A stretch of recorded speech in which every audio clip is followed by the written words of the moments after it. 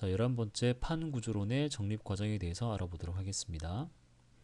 자, 판구조론은 우리가 지구과학 원에서 잘 배운 내용이죠. 기억이 다 날지 모르겠지만, 자, 이제 오늘은 판구조론에 대한 내용이 아니라 이 판구조론이 만들어지기 전까지 이제 어떤 내용들이 등장했었는지 요 세 가지에 대해서 알아볼까 합니다. 자, 대륙이동설 베게너가 주장한 거고요.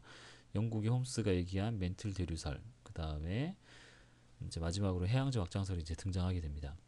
그 이후에 이제 판구조론이 이제 완성이 되게 되는데, 먼저 그 과거에 이제 과학자들은 지각 변동의 주요 원인이 그 지층의 수직 운동에 의해서 일어나는 것이다라고 생각했습니다. 그러니까 수직 운동은 수평이 아니라 위아래로 움직이는 운동이 지각 변동을 일으킨다라고 얘기를 했는데, 이게 이제 원리가 뭐냐면 고온의 지구가 식으면서 표면에 주름이 생기겠죠. 쭈글쭈글해지는데 이 쭈글쭈글한 것 중에 높은 부분은 산맥이 되고, 여기 이런 부분이요. 그 다음에 낮은 부분은 분지가 된다. 분지는 이렇게 약간 움푹한 부분을 얘기하는 건데, 이제 이런 곳이 이제 분지가 된다는 것이죠. 그래서 이런 주름진 형태가 이제 위아래의 방향으로 이제 땅이 움직이는 걸 얘기하고, 그게 이제 지각 변동의 주요 원인이다라고 얘기를 했었습니다. 하지만 과거에도 그 땅이 수평으로 움직일 수도 있겠다라는 이제 주장을 했는데, 그걸 이제 최초로 얘기한 사람이 이제 오텔리우스라는 지질학자가 되겠습니다. 16세기 말. 그래서 이 사람은 그 이 북미 대륙 이쪽의 해안선하고 유럽, 아프리카 쪽에 이 해안선의 이제 모양이 일치하는 것을 보고, 이거 두 개가 이렇게 붙어 있던 거 아닐까? 그래서 떨어진 거 아닐까? 이렇게 생각을 했다는 것이죠. 그래서 이거는 이제 수평 이동에 대한 얘기가 되겠습니다. 하지만 대부분의 과학자들은 땅은 그 수직으로 움직인다라고 생각을 했었다는 것이죠. 자, 그러다가 이제 1915년에 이제 베게너가 대륙이동설을 이제 주장하게 되는데, 이 대륙이동설이 바로 대륙의 수평이동에 대한 이야기가 되겠습니다. 자, 그 베게너는 이제 땅이 이제 옆으로 움직인다라는 걸 주장했는데, 이게 이제 현재의 그 대륙 분포를 나타내는 것입니다. 근데 이제 베게너는 뭐라 그랬냐면, 지금으로부터 약 2.3억 년 전에는 중생대초가 되는데, 이런 떨어져 있던 이 대륙들이 하나의 큰 대륙을 이루고 있었고, 이게 시간이 지나면서 이렇게 분리되고 현재와 같은 분포가 되었다라고 주장하는 겁니다. 그리고 이 2.3억 년 이전에 형성되었던 이 초대륙을 우리가 판게아라고 얘기를 합니다. 판게아. 자, 그럼 베게너는 어떻게 뭘 가지고 이렇게 이런 이제 수평 이동을 이제 얘기를 할 수 있었냐면, 몇 가지 이제 증거가 나오는데요. 이게 해안선 일치하고, 그 다음에 화석 발견 지역도 일치하고, 그러니까 지질 구조도 이렇게 연속적으로 나타나고, 빙하가 이제 만든 흔적도 이제 대륙을 붙여놓았을 때 이제 일치한다는 것입니다. 자, 이게 교과서에 있는 그림인데요. 자, 보시면 이 북미 대륙하고 남미 대륙, 이 해안선하고 아프리카, 유럽 쪽의 이 해안선이 서로 이렇게 연결이 된다는 겁니다. 이렇게 해안선 일치하고, 그 다음에 겉모습만 일치하는 게 아니라 이렇게 대륙을 붙여놨을 때 땅 속에 이렇게 암석의 분포도 이렇게 연결이 된다는 것입니다. 그러니까 이 지역하고 이 지역이 같은 암석이 이제 발견이 된다는 것이죠. 그런 게 또 있었고, 그 다음에 지금은 이제 멸종이 살고 있지는 않지만, 과거에 이제 하나의 큰 대륙이 있었다고 할 때는 이런 이제 공통된 이제 생물들이 이제 화석이죠. 화석이 발견된다는 걸 통해서, 아, 역시 땅은 붙어 있었던 거 아닐까라는 생각을 했다는 것입니다. 자, 마찬가지로 이제 빙하의 흔적인데요. 과거에 이렇게 대륙들이 붙어 있을 때, 이게 이제 옛날에 남극에 있었다고 보는 거고요. 거대한 빙하들이 이렇게 분포를 했었고, 이거에 의한 흔적들이 여기에 남고 여기 남고 여기 남고 여기 남았다는 겁니다. 그래서 이것들이 현재는 이제 대륙이 수평 이동해서 각각 다른 지역으로 가 있기 때문에, 이렇게 빙하의 흔적이 따로따로 이렇게 있는데, 다시 거꾸로 이거를 붙여놓게 되면은 하나의 큰 빙하의 덩어리가 이런 흔적을 만들었다라고 얘기를 할 수가 있다는 것입니다. 그래서 이런 증거들로 이제 이 베게너는 이제 대륙의 그 수평 이동을 얘기를 할 수가 있었습니다. 자, 그런데 그 이 베게너의 이론은 그 수직 운동에 기반을 둔 그 지향사 이론, 지구 수축설이죠. 그러니까 이거에 익숙한 지질학자들한테는 받아들여지지 못하게 됩니다. 왜냐하면 이제 그 대륙을 수평으로 움직이게 하는 원동력이 뭐냐, 이거에 대한 얘기를 이제 하지 못했던 것이죠. 그래서 이제 베게너의 주장은 이제 받아들여지지 않게 되었습니다. 자, 그리고 나서 시간이 좀 지난 다음에 멘틀 대류설이라는 게 등장하게 됩니다. 멘틀 대류설. 자, 이건 무슨 얘기냐면 그 만약에 대륙이 수평 이동을 한다면 그거는 멘틀 대륙 때문일 것이다 라고 주장을 하는 겁니다. 하나의 가능성을 제기한 건데요. 그러니까 사실 이 내용은 우리가 판구조론을 배웠기 때문에 잘 알고 있는 내용입니다. 그러니까 뜨거운 멘틀이 상승하는 곳이 있고 상대적으로 차가운 곳은 이렇게 하강하는 곳이 있다는 겁니다. 그래서 이런 식으로 이제 대류가 일어나기 때문에 이렇게 수평으로 움직이는 이 멘틀 대류 흐름을 따라서 위에 있는 지각도 같이 움직일 수 있다라고 얘기를 하는 겁니다. 나중에 이제 판구조론이 이제 완성되면서 그 판구조론에서 얘기하는 그 멘틀 대류하고 이거하고 이제 거의 뭐 똑같다는 이제 그런 결론도 나오게 됩니다. 자, 그리고 나서 시간이 좀 더 지나고 나서 이제 해양저 확장설이라는 게 등장을 하게 됩니다. 이제 간단히 결론만 얘기하면 이 해양저 확장설은 해령이 이제 중심이 되고 여기로부터 해양 지각이 만들어지고 그러니까 여기가 바로 해령인데 여기서 새로운 해양 지각이 만들어지고 이 만들어진 해양 지각은 이렇게 해령에서 멀어진 쪽으로 이렇게 이동한다라는 게 바로 해양저 확장설입니다. 그래서 바다가 처음엔 좁았지만 계속 이제 양쪽으로 벌어지기 때문에 점점 바다가 넓어진다. 그래서 이제 확장설이란 말을 쓰는 거고요.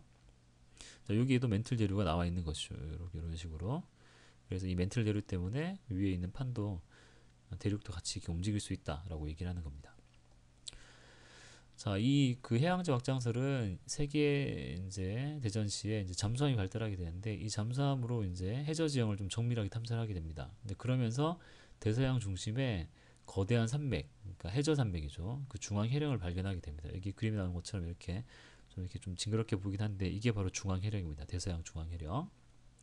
그래서 1960년대 초 이제 헤스하고 디츠란 과학자가 이제 해령 아래에서 멘틀이 상승하게 되고 이게 이제 좌우로 퍼져나가기 때문에 새로운 해양 지각이 계속 만들어진다. 그래서 바다는 옛날엔 좁았지만 점점 여기를 중심으로 이쪽으로 가고 이쪽으로 하면서 이제 점점 바다가 넓어진다라고 주장을 한 겁니다. 그래서 해양적 확장설이라고 합니다. 이 여기가 바로 해령의 중심이 되는 부분인데 요 라인 위에서 바로 이런 멘틀 대류가 상승한다고 보는 것입니다. 자, 해양적 확장설에서 얘기하는 5가지 증거들입니다. 5가지 증거 하나씩 보도록 하겠습니다.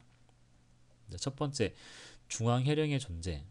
자, 이건 뭐냐면 멘틀 대류가 이렇게 상승하면 여기에 마그마도 같이 올라오기 때문에 이제 새로운 지각이 계속 만들어진다는 겁니다. 마그마가 분출하면서. 그리고 이런 마그마 분출에 의해서 산맥이 만들어지게 되는데 그 산맥 자체가 바로 중앙 해령이라고 보는 겁니다. 그래서 이런 해령이 있다는 것 자체가 멘틀 대류가 상승하는 것이고 이게 양쪽으로 이렇게 벌어지면서 이제 대류를 하기 때문에 해령 자체가 바로 그 판이 넓어진다. 그러니까 판이 아니 뭐 판은 이제 그 다음에 나온 내용이긴 하지만 바다가 점점 넓어진다라는 이제 그 하나의 근거가 되는 자료가 되겠습니다. 그래서 중앙 해령의 존재 자체가 바다가 넓어진다는 첫 번째 증거가 될 수 있다는 것이고 두 번째 여기가 바로 해령 중심부가 되겠죠. 여기. 자, 두 번째는 변환단층의 존재입니다. 변환단층도 지구가 원에서 판구주론 배울 때 우리가 이제 다뤘던 내용인데요.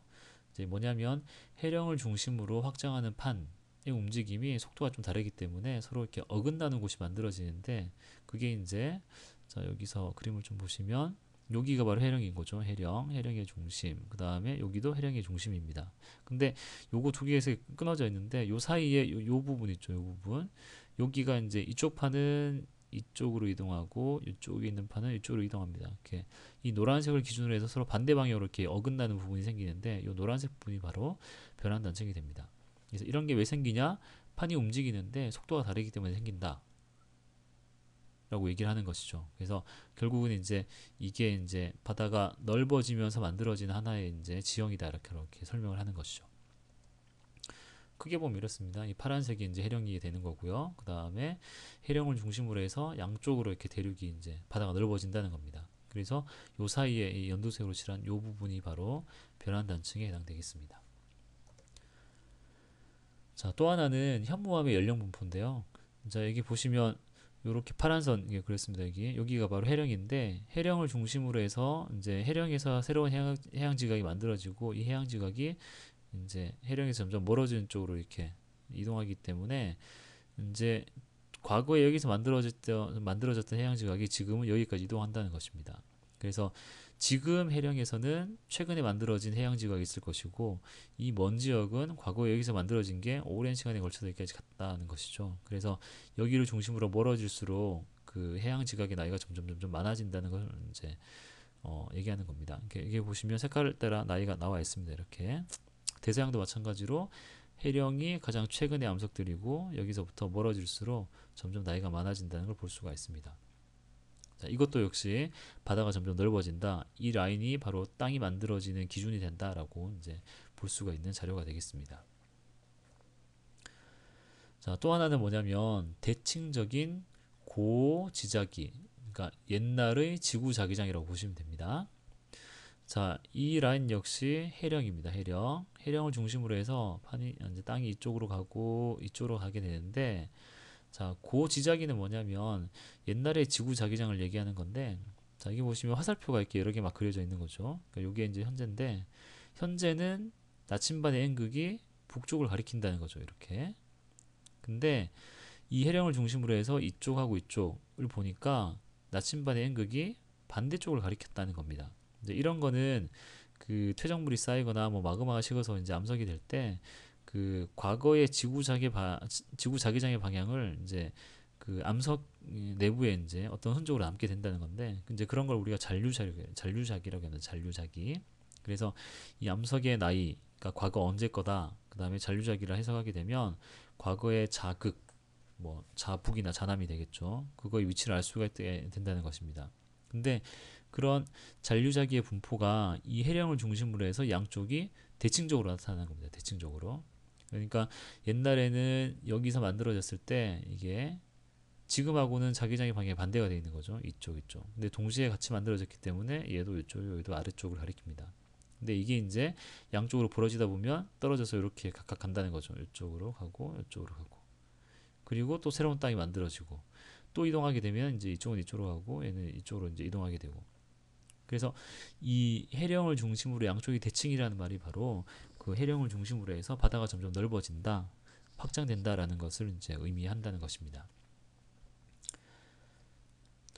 자, 요거는 큰 그림인데요. 이 A가 바로 해령이 되겠습니다. 해령. 그러니까 해령을 중심으로 해서 만들어진 땅들이 이렇게 해양지각이죠. 이렇게 이동하기 때문에 여기를 기준으로 해서 양쪽이 대칭적인 무늬가 나타난다는 겁니다.